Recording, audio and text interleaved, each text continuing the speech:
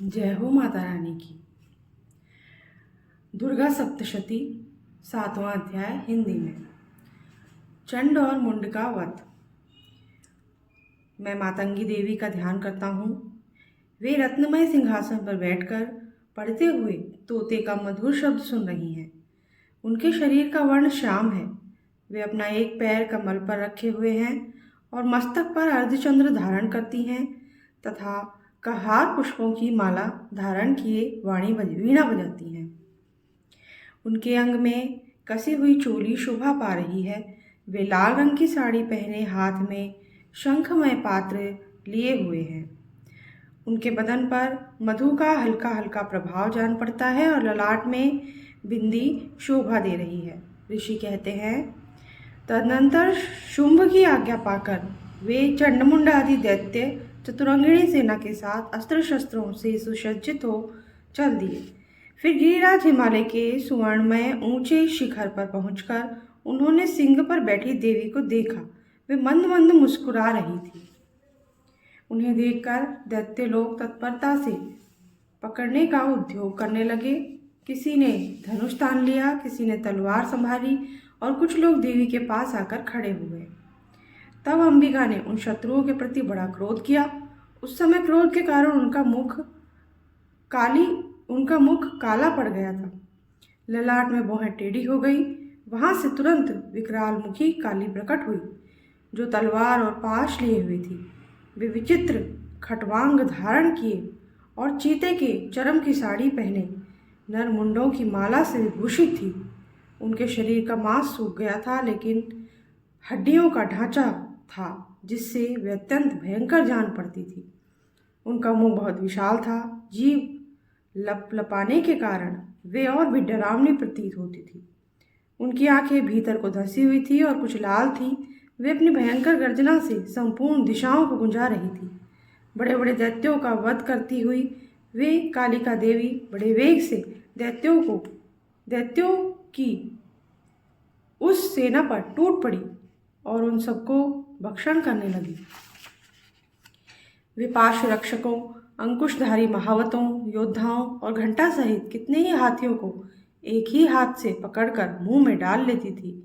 इसी प्रकार घोड़े, रथ और सारथी के साथ रथी सैनिकों को मुंह में डालकर वे उन्हें बड़े भयानक रूप से चबा डालती थी।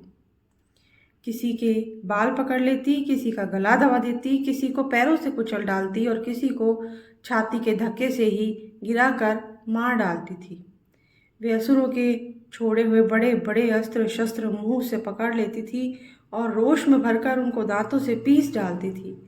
काली ने बलवान एवं दुरात्मा दैत्यों की वह सारी सेना रौंद डाली, खा डाली, कितनों को मार भगाया। कोई तलवार के घाट उतारे गए, कोई खटवांग से पीटे गए और कितने ही असुर दांतों के अग्रभाग से कुचले जाकर मृत्यु को प्राप्त हुए। इस प्रकार देवी ने असुरों की उस सारी सेना को क्षण भर में मार गिराया। यह देख चंड उन अत्यंत भयानक काली देवी की ओर दौड़ा तथा महादैत्य मुंड ने भी अत्यंत भयंकर बाणों की वर्षा से तथा हजारों बार चलाए हुए चक्रों से उन भयानक नेत्रों वाली देवी को आच्छादित कर दिया। वे अनेकों चक्र देवी के मुख में समाते हुए ऐसे जान पड़े मानो सूर्य के बहुतेरे मंडल बादलों के उदर में प्रवेश कर रहे हों। तब भयंकर गर्जना करने वाली काली ने अत्यंत रोष में भरकर विकट अट्टहास किया।